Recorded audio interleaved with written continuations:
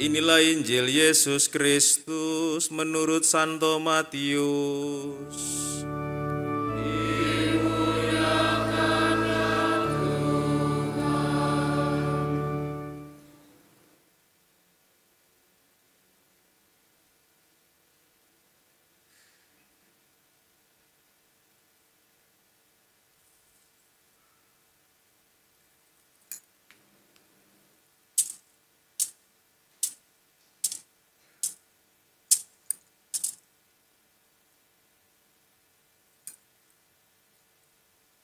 Sekali peristiwa, Yesus berkata kepada murid-muridnya, "Apabila Putra Manusia datang dalam kemuliaannya dan semua malaikat bersama-sama dengan dia, maka dia akan bersemayam di atas tahta kemuliaannya. Lalu semua bangsa akan dikumpulkannya di hadapannya, dan ia akan memisahkan mereka seorang dari yang lain. Sama seperti gembala memisahkan domba dari kambing, ia akan menempatkan domba-domba di sebelah kanannya, dan kambing-kambing di sebelah kirinya.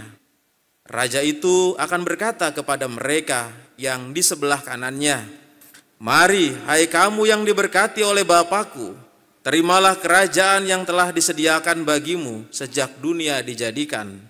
Sebab ketika aku lapar, kamu memberi aku makan. Ketika aku haus, kamu memberi aku minum. Ketika aku seorang asing, kamu memberi aku tumpangan.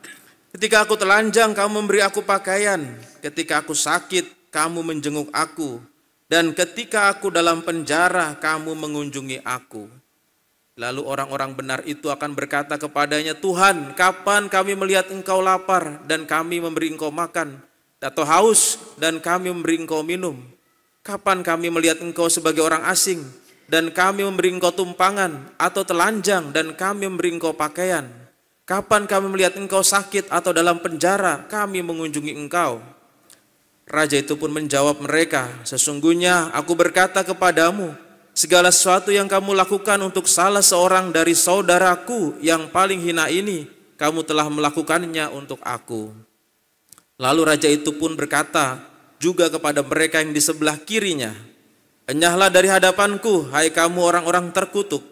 Enyahlah ke dalam api yang kekal, yang telah disediakan untuk iblis dan malaikat-malaikatnya. Sebab ketika aku lapar, kamu tidak memberi aku makan. Ketika aku haus, kamu tidak memberi aku minum. Ketika aku seorang asing, kamu tidak memberi aku tumpangan. Ketika aku telanjang, kamu tidak memberi aku pakaian. Ketika aku sakit dan dalam penjara, kamu tidak menjenguk aku.' Lalu mereka pun akan berkata kepadanya, 'Tuhan, kapan kami melihat engkau lapar, atau haus, atau sebagai orang asing, atau telanjang, atau sakit, dalam penjara, dan kami tidak melayani engkau?' Ia menjawab kepada mereka, 'Sesungguhnya aku berkata kepadamu, segala sesuatu yang tidak kamu lakukan untuk salah seorang yang paling hina ini, kamu tidak melakukannya juga untuk aku.' Orang-orang ini akan masuk ke tempat siksaan yang kekal, tetapi orang-orang benar masuk dalam hidup yang kekal." Demikianlah sabda Tuhan. Terpujilah Kristus.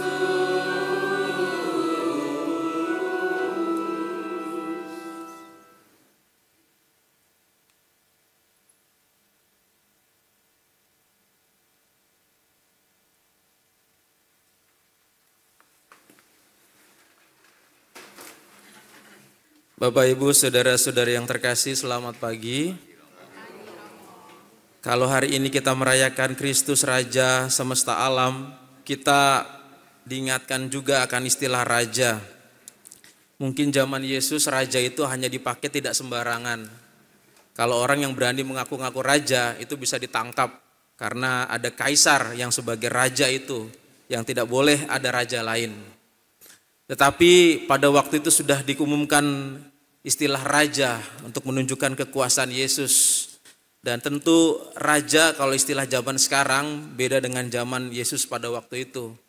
Kalau zaman sekarang ini ada raja macam-macam, raja-raja minyak, ya, raja es doger, artinya penguasa atau pemilik es doger. Ada lagi raja ikan atau raja apa, ya, dan macam-macam. Istilah raja itu sekarang banyak sekali penggunaannya itu. Tetapi ketika kita mendengar Yesus Raja semesta alam, Raja ini bukan hanya raja penguasa tempat, negara, raja penguasa wilayah, raja penguasa sesuatu, kekayaan apapun, tetapi raja yang bisa menaklukkan raja-raja lain di bawahnya. Raja yang di atas segala raja, yang semua makhluk tunduk kepadanya. Dan gereja menyatakan Kristus Raja semesta alam, tujuannya adalah untuk menunjukkan kekuasaan Yesus menaklukkan segala-galanya di atas muka bumi ini, maupun nanti di alam atau di dunia yang lain, yang baru yang kita tinggali itu. Saudara-saudari terkasih, maka suatu hal yang sangat menggembirakan dalam peristiwa iman kita, Kristus dijadikan atau menjadi suatu gelar yang kita dengarkan pada hari ini, Raja semesta alam, yang juga menjadi iman dan keyakinan kita, bahwa Raja yang semesta alam ini mengantarkan kepada kita suatu kegembiraan-kegembiraan yang lain.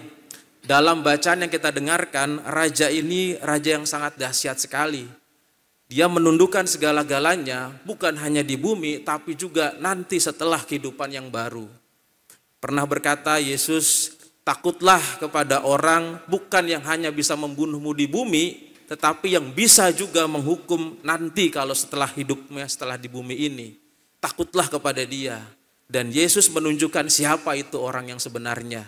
Dan hari ini gereja menunjukkan siapa yang sebenarnya.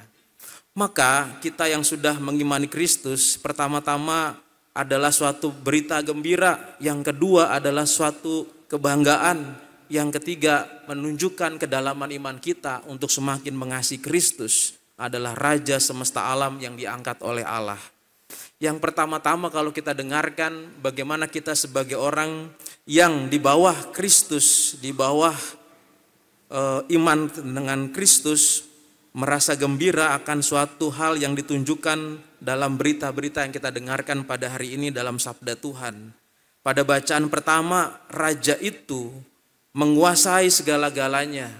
Dia raja yang berbelas kasih. Dia digambarkan sebagai gembala yang menggembalakan domba-dombanya, yang juga membawanya dari yang tersesat menjadi orang-orang yang ditemukan, yang diantar menuju sesuatu yang lebih baik lagi.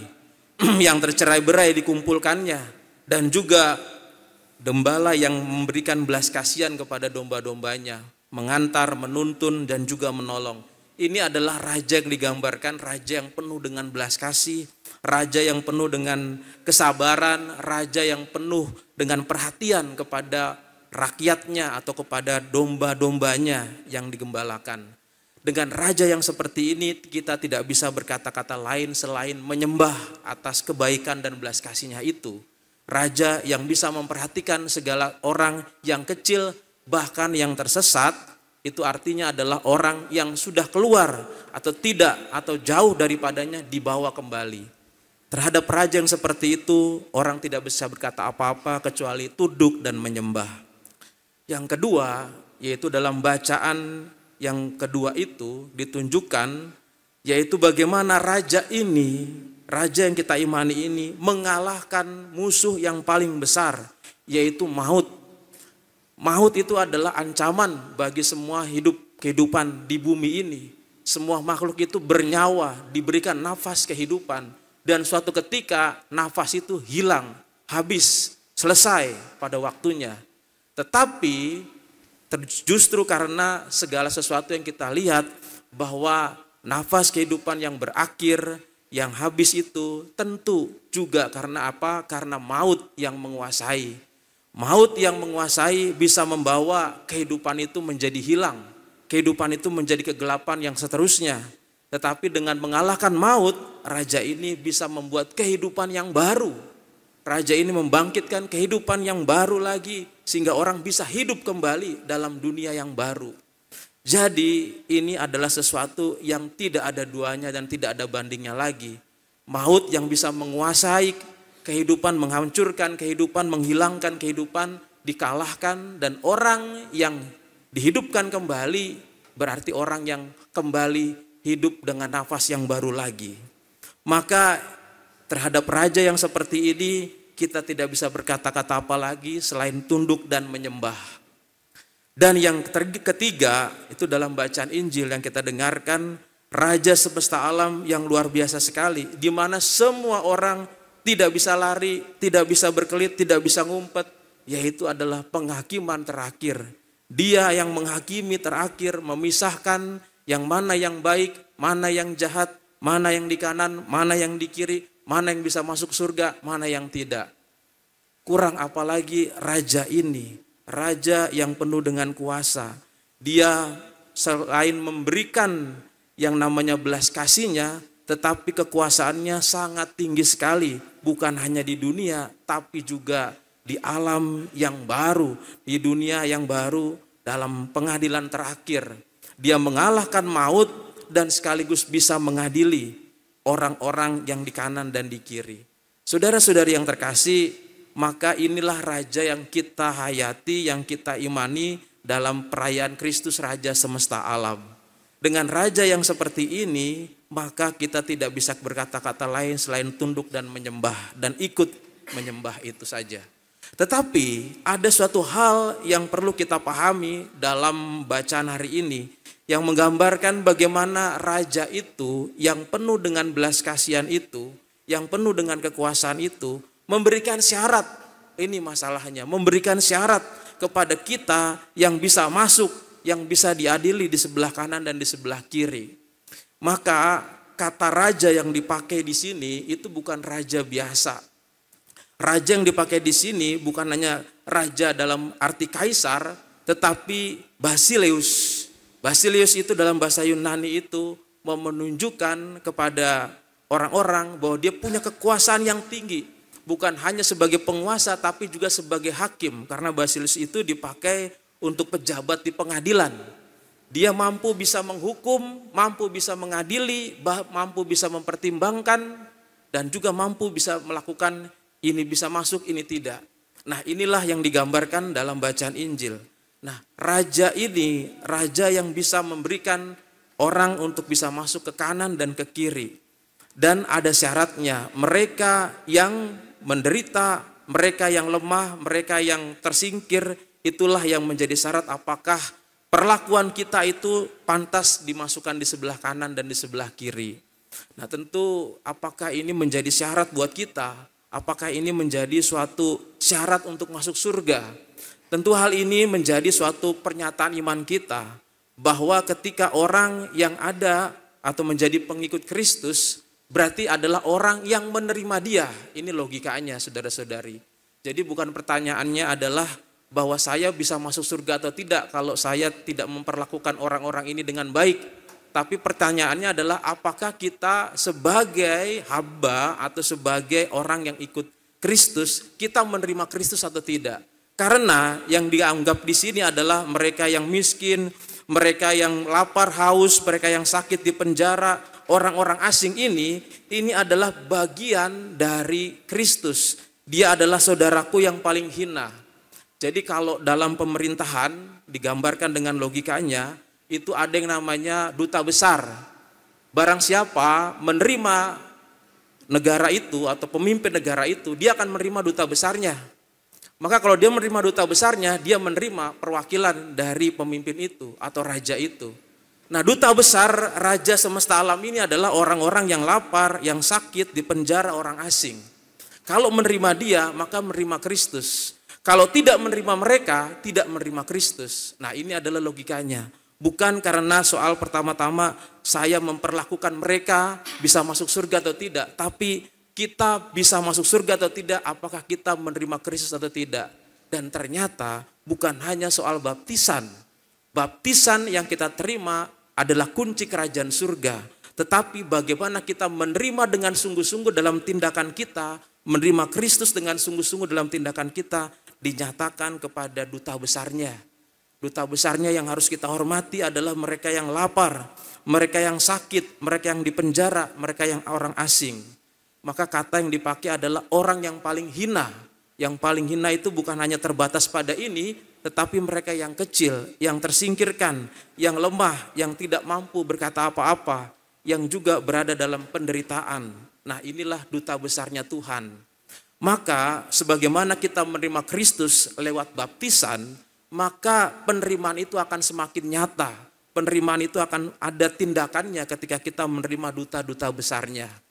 Maka ketika kita menemukan orang-orang yang seperti ini, bukanlah kesialan buat kita. Ketika orang mengetuk kita, mengetuk pintu hati kita terhadap orang-orang ini, bukanlah kita ketiban sial. Bukan kita ketiban kemalangan. Bukan kita merasa, waduh uang saya keluar lagi. Waduh ini saya bisa habis lagi. Waduh harta saya berkurang lagi. Tetapi justru merasa gembira karena duta besarnya sudah datang di depan kita. Duta besar yang dihormati, duta besar bagaimana kita memperlakukan, itulah yang menerima Kristus kepada kita semua. Oleh karena itu saudara-saudari, mari kita mohon rahmat Tuhan. Agar dalam peringatan Kristus Raja semesta alam ini, kita semakin memahami kekuasaan Sang Raja itu yang mampu melakukan segala-galanya. Namun juga kita diajak untuk mampu juga merenungkan bahwa Kristus juga hadir dalam hidup kita. Keduta besarnya hadir dalam wajah-wajah yang tidak bisa kita kenali. Dan wajah-wajah yang tidak bisa kita kenali itu sekarang menjadi jelas dalam duta besarnya mereka yang tersingkirkan. Semoga kita mampu memperlakukan semua orang dan juga orang-orang di sekitar kita, mereka yang lemah dan miskin, yang terlantar, untuk masuk dalam harapan-harapan belas kasihan kita. Tuhan memberkati kita. Amin.